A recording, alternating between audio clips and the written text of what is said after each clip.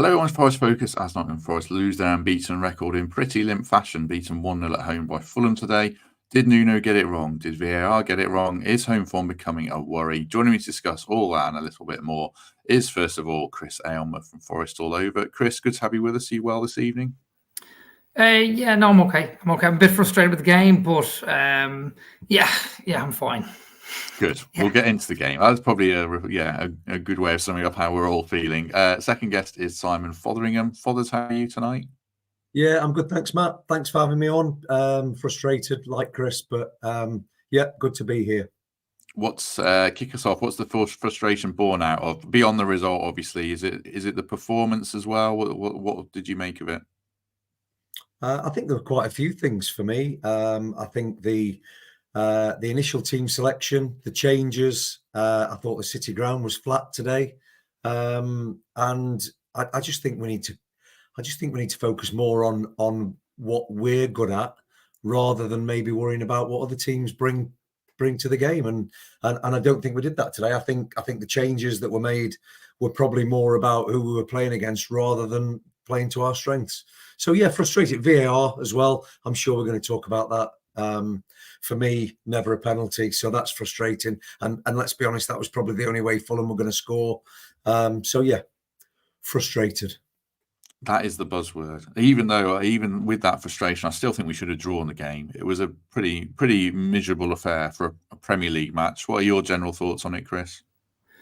I've looked back over some notes that I made of the game, and it looks like I was okay with the first half. Going into halftime, I was kind of happy with how we stifled them a little bit. I was kind of okay with the strategy, even though it's not the front foot football that we're used to. But then obviously, second half, we were very poor. Not sure about a couple of the substitutes and the timing of them. And yeah, in general, I don't know. I'm left frustrated, obviously, with some VAR decisions or non-decisions. And other than that, yeah, I'm just very, very frustrated to lose 1-0 at home. That's the first game we haven't scored in all season. And it's the first time we've conceded the first goal as well.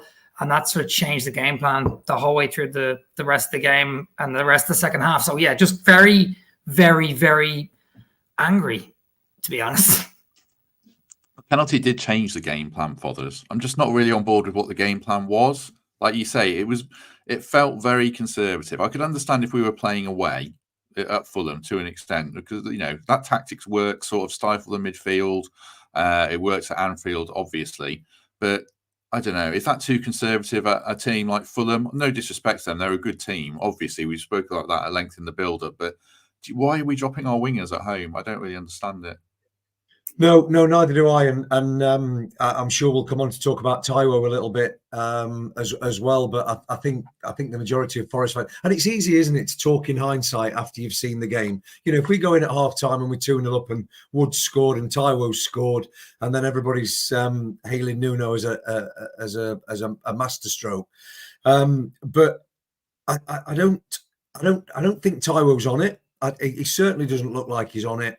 And when you think back to the way that Callum Hudson-Odoi and Anthony Elanga play at home, then yeah, take the game to Fulham. We did it in April last season against them, and we were 3-0 up before they even got a sniff.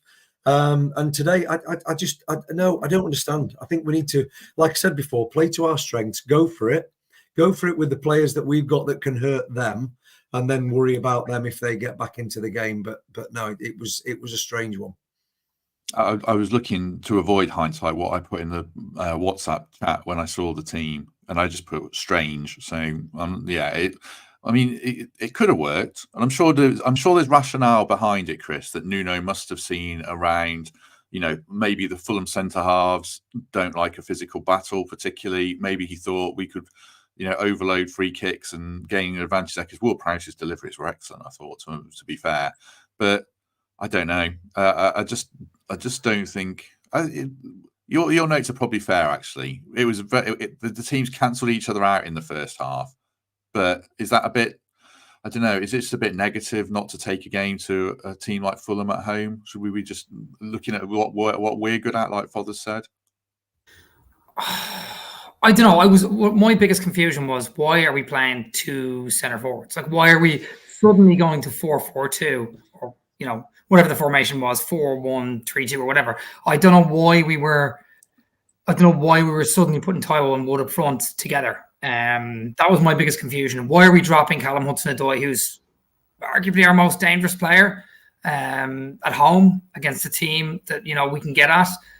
I didn't understand that. That was the big thing I didn't understand. My worry before the game was the midfield. Would Anderson, Ward-Prowse and Yates match up with, some of the other midfielders we've had earlier on the season? Sangari, who's now injured. Danilo, obviously, he hasn't played really any of the season. He was injured in the first game, but he was originally our number 8. And then Morgan Gibbs-White, who's our best player. Yeah, that was my worry. But I just don't know why. I don't mind him dropping Elanga or doing kind of a similar thing to what he did against Liverpool, trying to stifle them, then second half, changing it up a gear and bringing on sort of Elanga maybe. But I just can't see why you're going to drop Hudson-Odoi, unless he's maybe carrying a knock or something. I don't know. And that was what worried me. I actually thought Toyo had an okay first half, if I'm honest. There was moments very early on in the first half where he won the ball off Robinson high up, then laid it off for Ernest and then went down the line. Then Robinson bounced off him and he won a corner.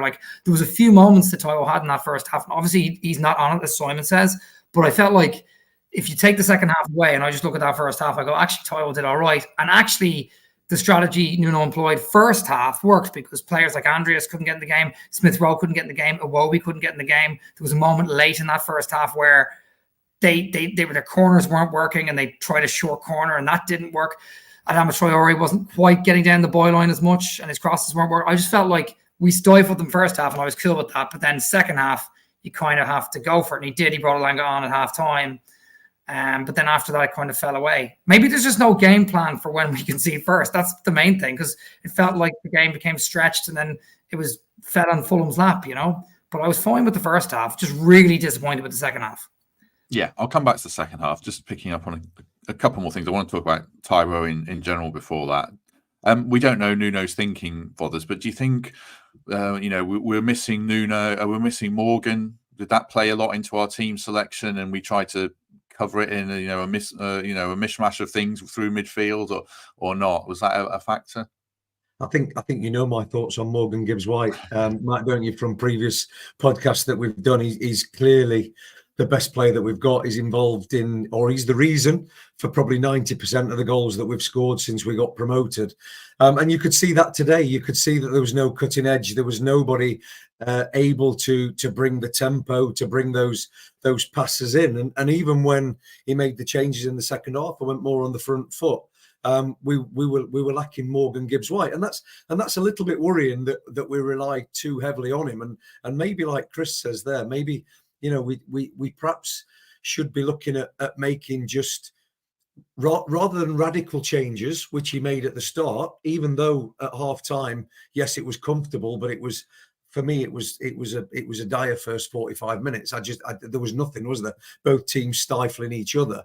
But to change it radically, rather than maybe just bring a player in to perhaps sit in the Gibbs-White role and like an Elliot Anderson or maybe even Sousa or Jota to try and sit in that position and keep the formation that's been working.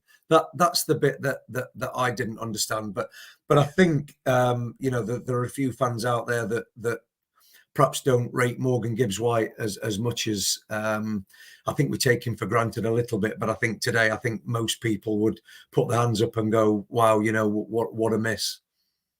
What did you make of Taiwo, Fothers? I mean, I felt sorry for him, but for reasons I'll explain why. But what did you make of his performance? Well, I think, like Chris just said there, quite rightly, I was probably a little bit too critical in my opening.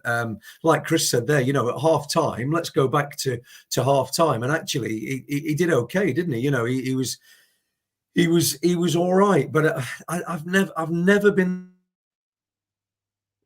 Or whatever it was at the end of the season before last and into the start of last season, he never really convinced me as being a class act up top. So I'm not. I'd go Chris Wood over him every day of the week. To try them both, I mean, we've got to give Nuno credit for where we are. Let's not underestimate the start that we've made. 2 weeks ago we were sat here, we've just gone to Anfield and won. So, if we'd lost at Anfield and won today, then everybody would be like, oh, well, that's okay. But it's not. It's the other way around. But actually, for me, Taiwo is a 60 minutes in. If it's not working, bring him on. And I think that's the way that we probably need to use him going forward. Chris, you might have a different opinion. Matt, you might as well. But I've never been a huge fan. Yeah, elaborate on your thoughts, Chris, and I'll give mine. Well, I suppose when Taiwo first came to Forest, he looked awkward. He managed to bundle in a couple of goals, but then as time went on, he was scoring goals. He had a big injury at the beginning of his first season, or in the middle of his first season, and then came back and scored like 6 in 4 games or something.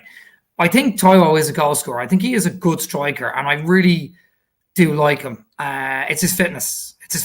Taking him off at halftime might have been part of the strategy. It might have been part of a fitness call for him as well. That's the big issue. Can he stay fit? Would I choose Wood over him now? Yeah, definitely.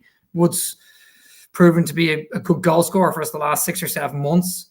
Today, actually, the disallowed goal first half as well. We forget that was marginally offside, and the ball was over the line as far as I know from looking at the replays. I might be wrong, but it looked like a close one.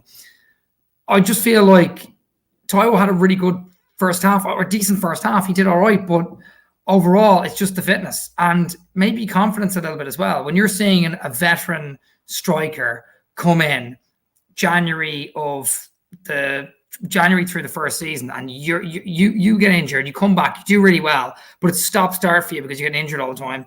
It just kills your confidence. I felt like he did well against Newcastle in the League Cup, and I felt like he did well today in the first half. I just feel like, as Simon said in the opening, he's not on it. His fitness is just not there. And some of the decisions he makes, or some of those bundling goals he scored early on in his Forest career, they're not happening for him right now. Whereas everything Chris Wood touches seems to turn to gold. So I'd stick with Wood, but I still like Taiwo. I still think he's got a lot to offer. It's just, I'm just confused as to why him and Wood were playing together at the start of the game. I don't know why we were doing that. I don't know why we're taking out Hudson-Odoi. Yeah. But yeah, they're my general thoughts, I suppose.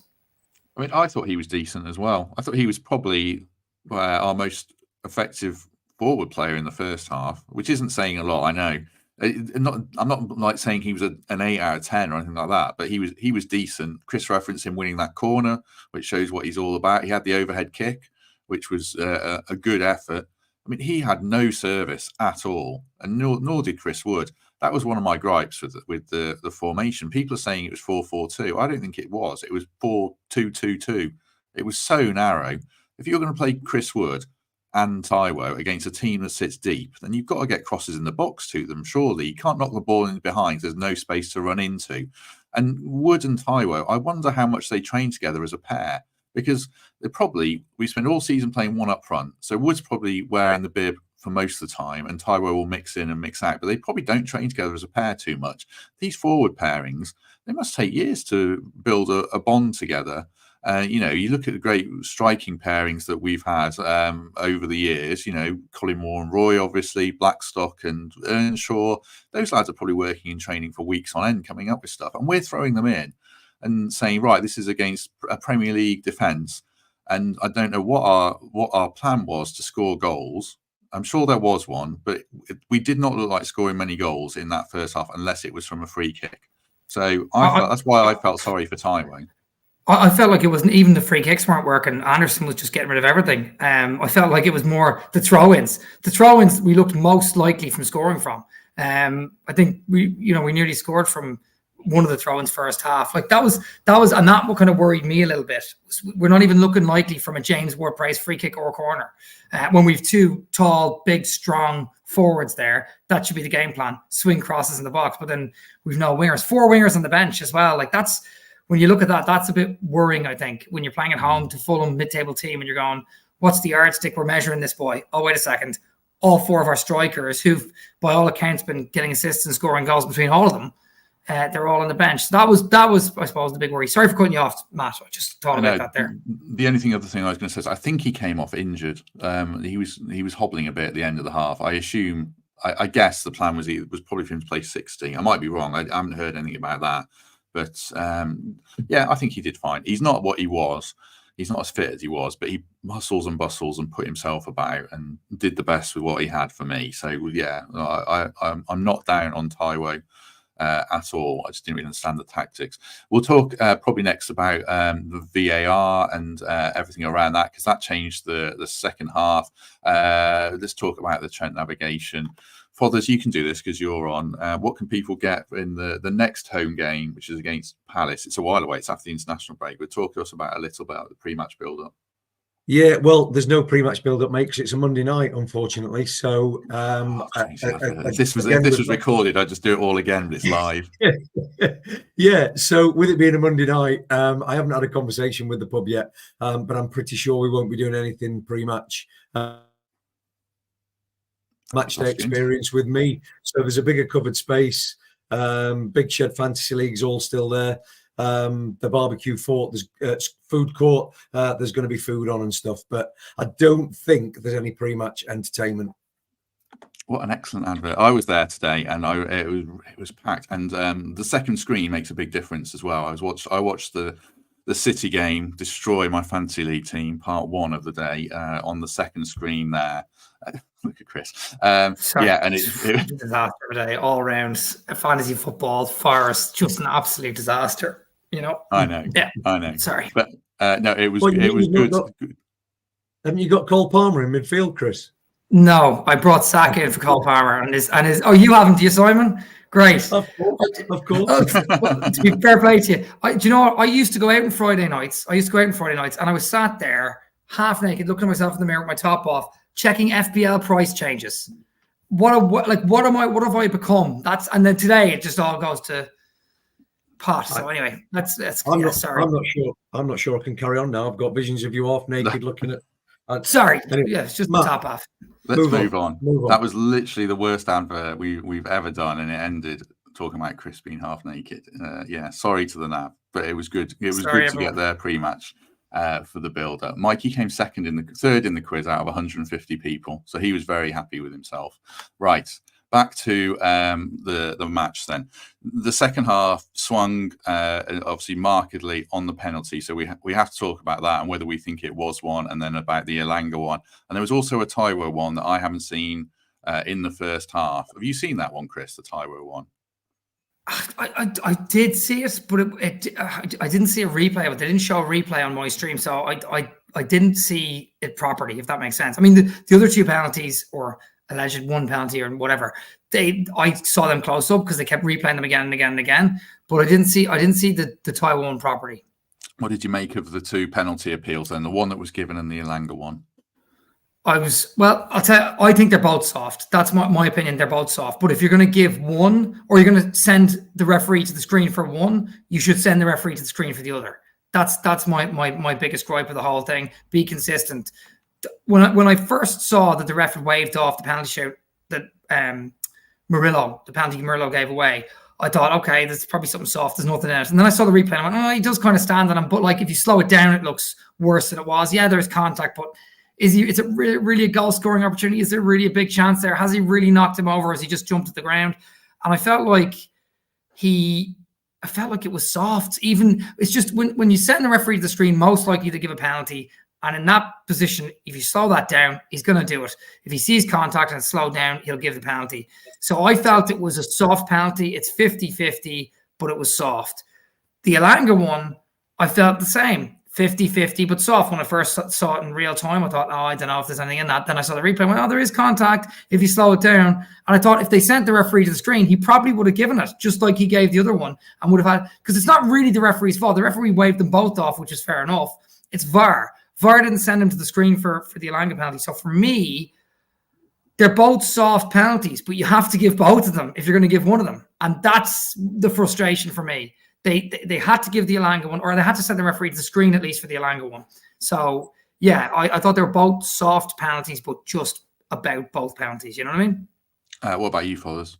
Yeah, I was sat in the Trent end, so I saw the Elanga one, and it didn't look like there was any contact. I mean, obviously, just looking at it from the upper tier of the Trent end.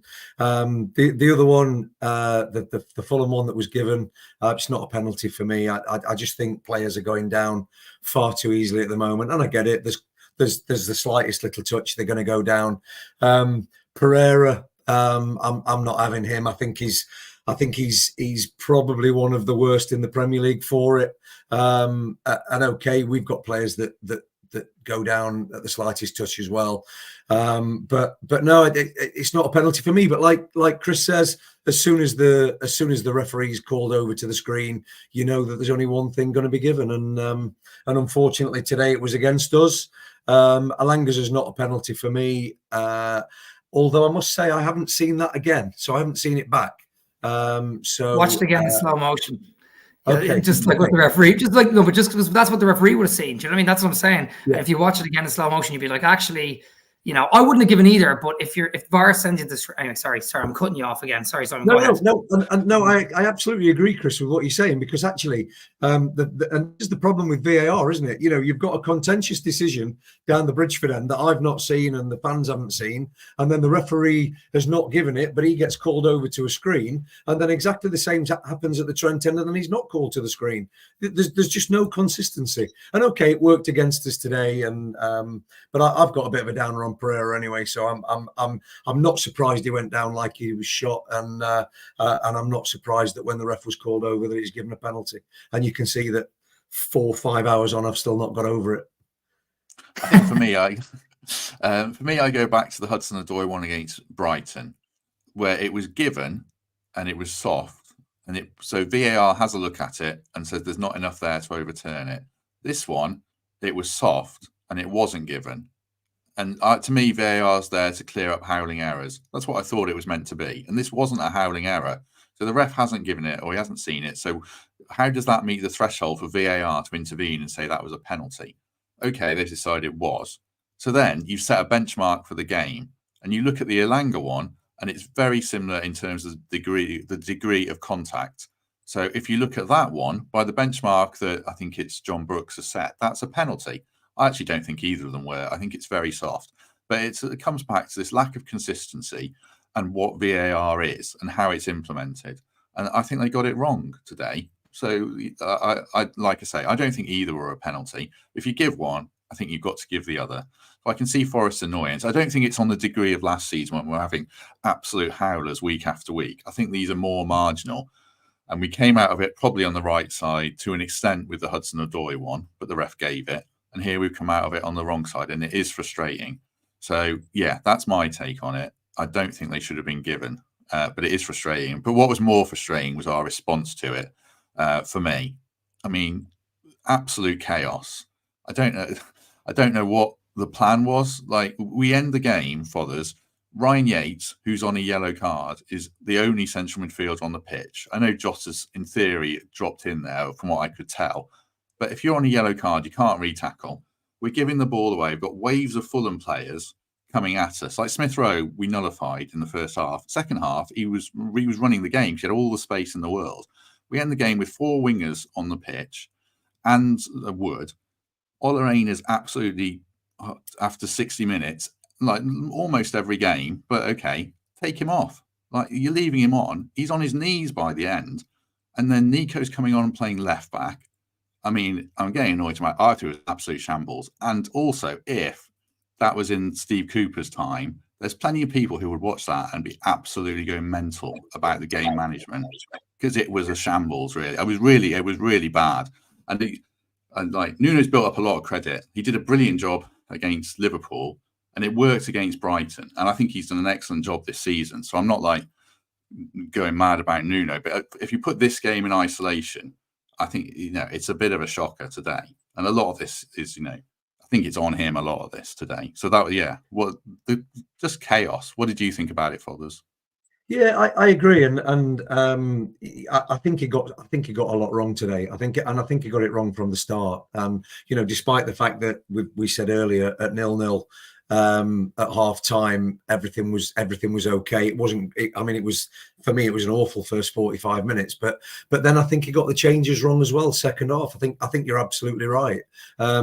I thought Olorena played well again. I've got a bit of a soft spot for him. I think he's a great footballer, but he was completely out of it, wasn't he? And yeah, there was no balance. It looked like there was no plan to the game at all, didn't it? Come the second half, it looked like let's throw Hudson-Odoi on, let's throw Elanga on, and let's hope that they create something like they did at Anfield. And it felt a little bit more. To me, it felt a little bit more about hope than any sort of plan or strategic plan to get back into the game. And I think he'll know that.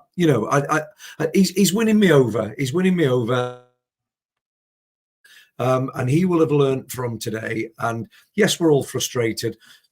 Fulham are a decent side. Iwobi, Smith Rowe, Traore, Jimenez, they're a good side. So it shows you how far we've come, that we're frustrated that we're not getting something from that today, and maybe masked a little bit by the way that we ripped them apart in April this year as well. But then we had Gibbs White playing that day, didn't we? So yeah, I think he got it wrong. Second half, some big decisions he got wrong. Yeah, I also Elanga's not a striker. Cooper did this as well. I've not seen Elanga play well through the middle, but he brought him on and stuck him up front. But yeah, like I say, before I throw it back to Chris, Nuno's won me over. I think he's done a really good job. We've had a really good start to the season, which we'll come back to. But if we take today in isolation, which this show is, as the post-match show, I think he got it very, very wrong today. What about you, Chris? Sorry. Definitely, yeah. I'm really happy with Nuno on our start, and I'll do a sweet bitter rather than a bittersweet. I'll say I'm delighted with our start. This is our first loss, and it's game week 6. We've had a really good start, and there's some things Nuno has done this season that have been masterful and worked wonders. He went out after the Southampton game when it was hard to break them down. Liverpool, we saw what he did there. Last week as well, it was a similar thing. When we went 1 goal down, when we were 2-1 down at halftime, he threw 3 subs on that didn't really make a difference. Well, it did make a difference. Actually, it made a worse difference because the game plan seemed to go out the window. And for 20 minutes, we were under the cosh, held on. Sosa comes on. Jota Silva escapes from a lovely ball through from Gibbs White, who we don't have today. And we end up drawing the game. All right, albeit, one less man with Gibbs White being sent off. But the game plan didn't really work last week. He panicked when he was 1 goal down. And I'm thinking, we're 2-1. We're still in the game. Me and you spoke about that, Matt. I felt like that was the same thing today. The game plan was kind of working, and just stick to it for a little bit longer. You're stifling Fulham. Okay, we're not getting much good chances. We had a disallowed goal first half. We're getting chances from long throw-ins, and it's not looking like good football. But overall, the game plan's working. Maybe 65, 70 minutes, you start bringing Hudson-Odoi and Elanga on. Half-time, he throws Elanga on straight away and takes Taiwo off, throws his game plan slightly out the window, unless he planned for that the whole time. And then some of the other substitutes were a bit late on. Sosa didn't really work out. He was rusty. He was nervous on the ball. First couple of touches he had, the ball went out of play and he lost it to Robinson. He foul-throwed it at one point. I just felt like twice, back-to-back weeks, last week, we got at a very good point. But twice, we've been 1 goal down and Nuno's kind of panicked a little bit. And it just, that's the only worrying thing. I felt like if we just stuck to the same game plan, 1-0 down, we wouldn't have given Fulham a chance in transition. And that 15, 20 minutes after the goal, the space just opened up for Fulham. I don't know what it looked like in the stadium for you two, but the space just completely opened up. Iwobi suddenly had yards of space because, the commentators saying, we have to throw everything at them now. And I'm like, what? No, because then they'll just punch us in the counter. We should have just stuck in it a little bit longer. And then with 20 minutes to go, then thrown the kitchen sink at it. I don't know why we did that straight away. So, yeah, I was as irritated as you and frustrated as you with the game plan.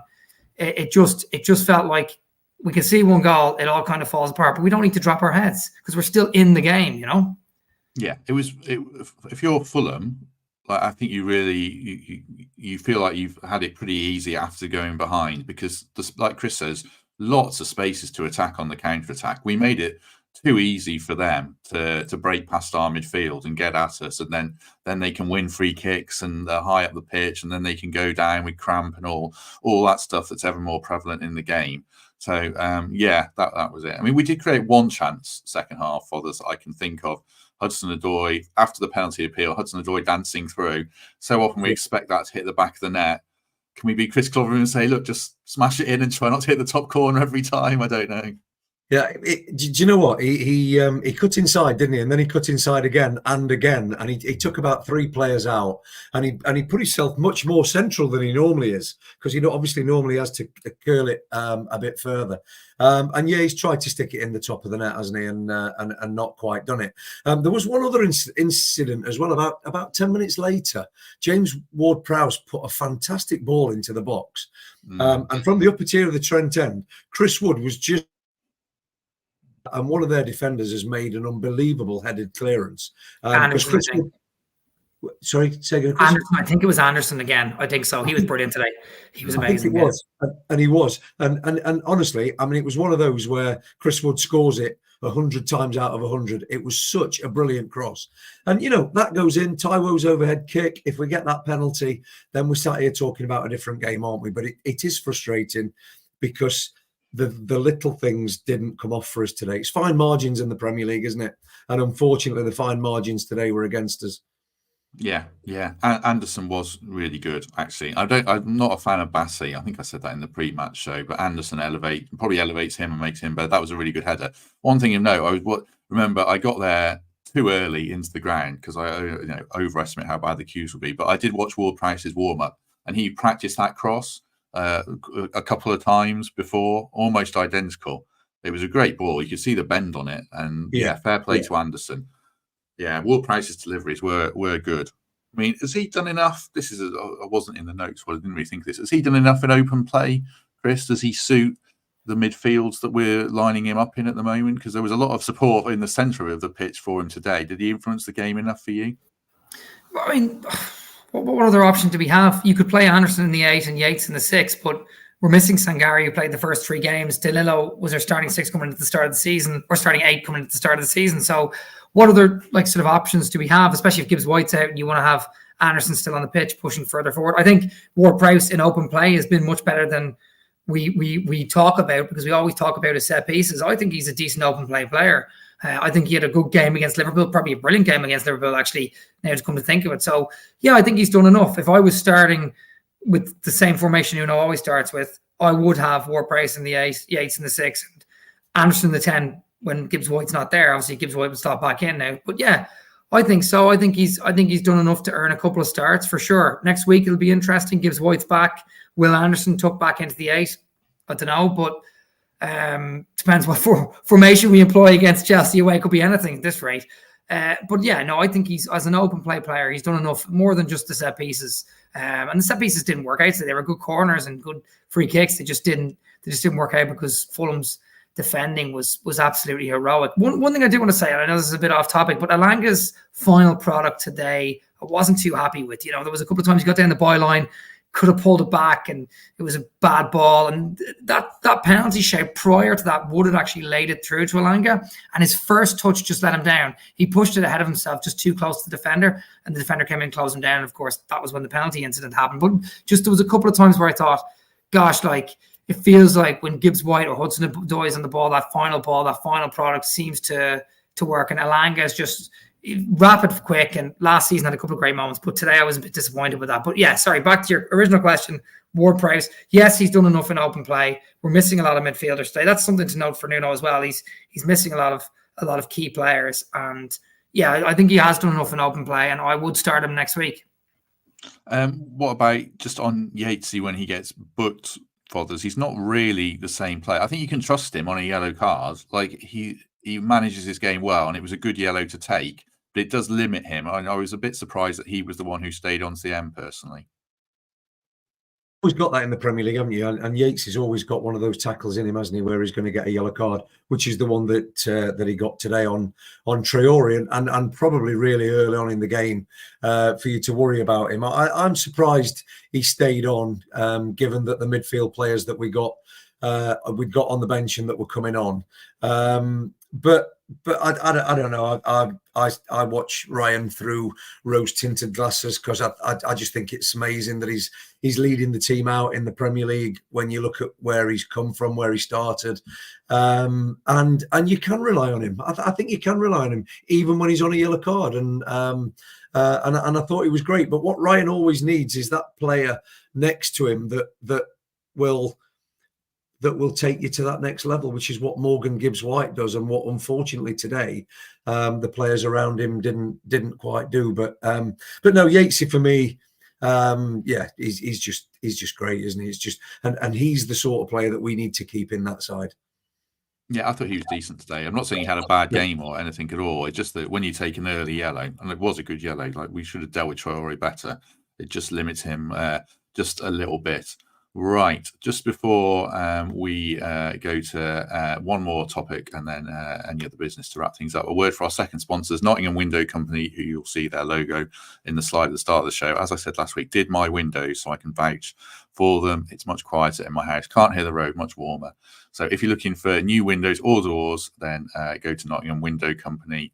The link for their website is in the description for this, and you can see some of their work on the slides now if you're watching on YouTube. Just the other topic away from the game, and do add any final thoughts on the game if you've got them, but home wins this calendar year, Chris, it's 2. Man United, no, not Man United, Fulham at home and West Ham at home. So we're going all the way back to April for our last home win. We've only played 3 games this season now, but is it going to be a worry, and to what degree for you? It's not a worry. It's not a worry because our away form is really good right now. But your home games are your bread and butter. It's frustrating and it's irritating. Like, if you asked me at the start of the season, would I take us not to have won a home game up to this point, but to have won the away games we have and to have the points we have, I would say definitely.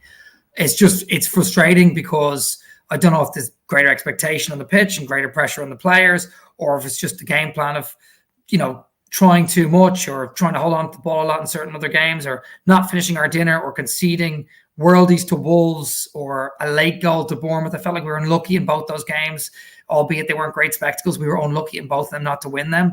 Today is very frustrating because we set up in a certain way not to go at them and not to win the game.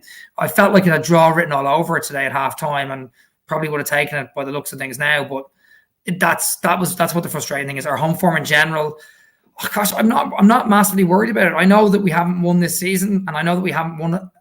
How many home games has it been now? Like 10, 12 home games. We've won 1 or 2, but in general, I'm not 2 and 18, I think, but I need to check that. That's awful. Like that's really awful home form. It is, but today specifically was going to be a battle at home. I never felt like today was a gimme. Fulham are a tough team. They've lost 1 game all season. It was to Man United away, and it was a game they probably should have got something out of. We were missing our best player. A couple other midfielders are injured. And yes, we set out our stall not to win the game. But overall, I felt like today was going to be a tough home game. Wolves and Bournemouth we were unlucky against. So no, I'm not concerned about it. If we get to Palace and we play them at home, and we don't try and win that game, or we don't win that game, then I'll start getting worried. I'd like to clean the slate from this season to the last season, just like people don't like to include all those away wins in a row. Well, we do it anyway from last season right into this season. But I clean the slate. I'm not worried about it until we're 4, 5, 6 home games in and we haven't won a home game. 3 home games in, we were missing players today. First 2 games at home we could have won. So I'm fine, to be honest. I'm just annoyed about today.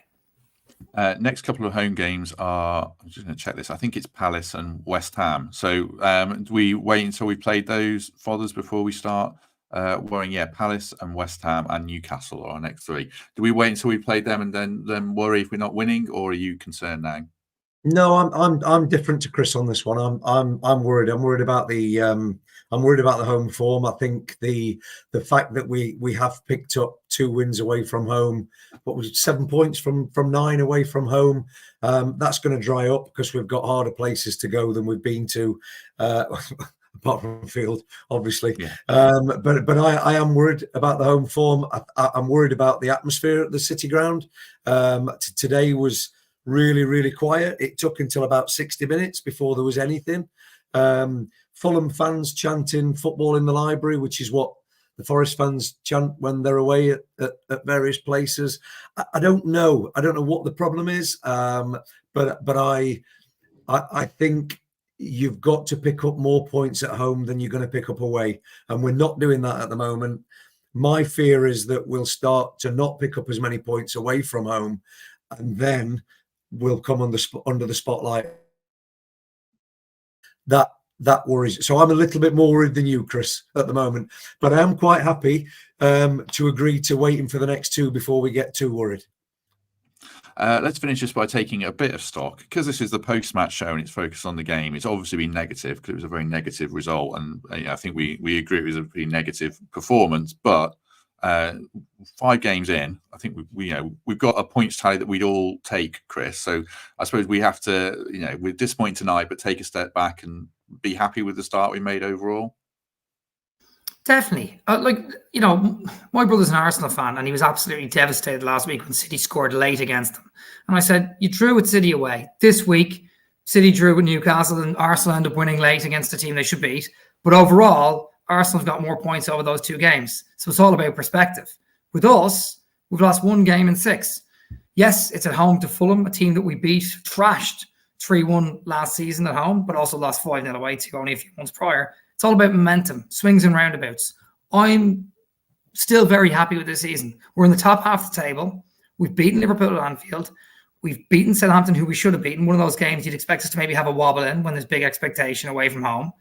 And we've been unlucky by all accounts. Bournemouth are a good side. We were unlucky to concede against them.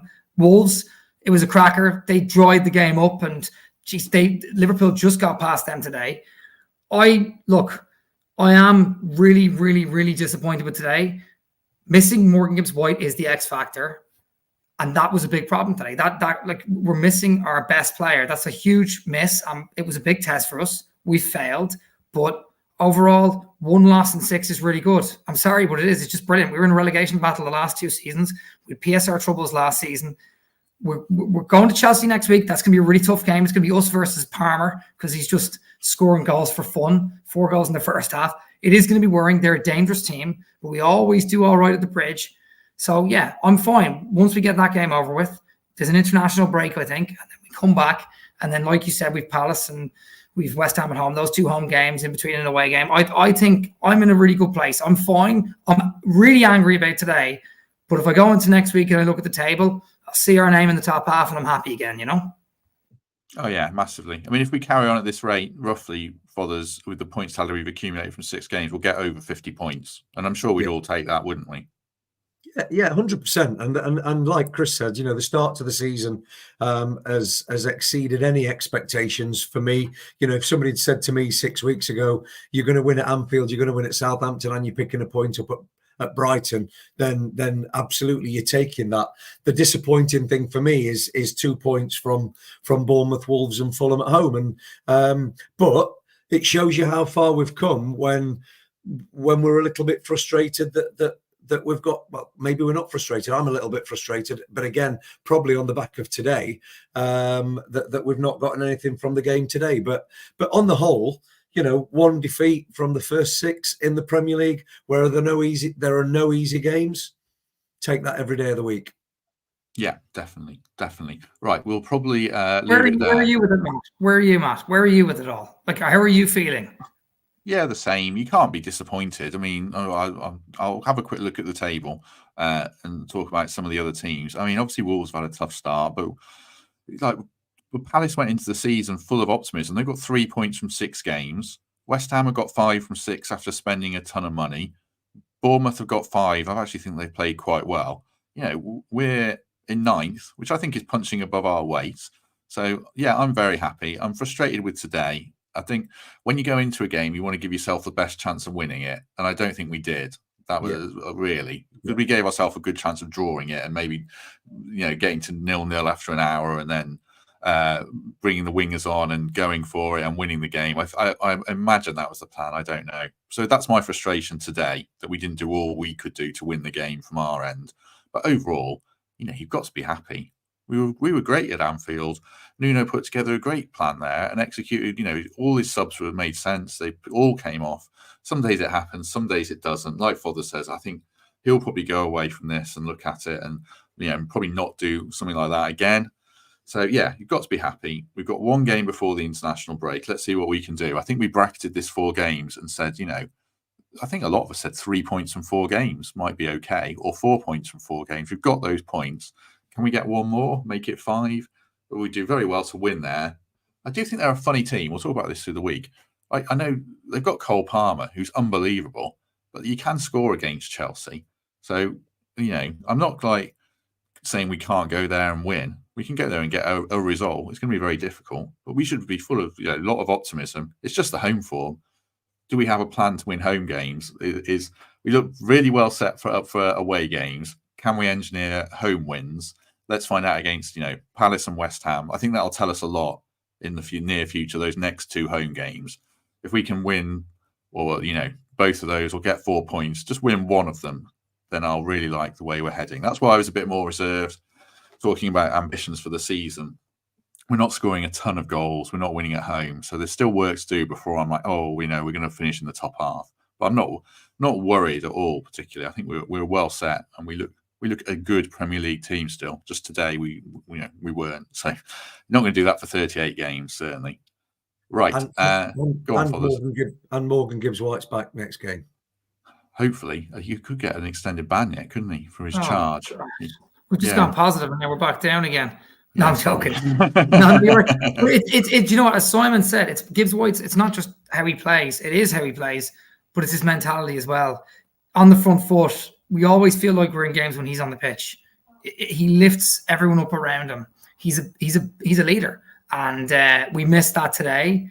And hopefully we can find it in other ways in the next few games. But Anderson's still young. He's going to be quiet, even though he's tricky. You need that leader to lift him. Go, hang on, we can take this game by the scruff of the neck. And that's what Gibbs-White gives us. So, gosh, I do hope he's there next week.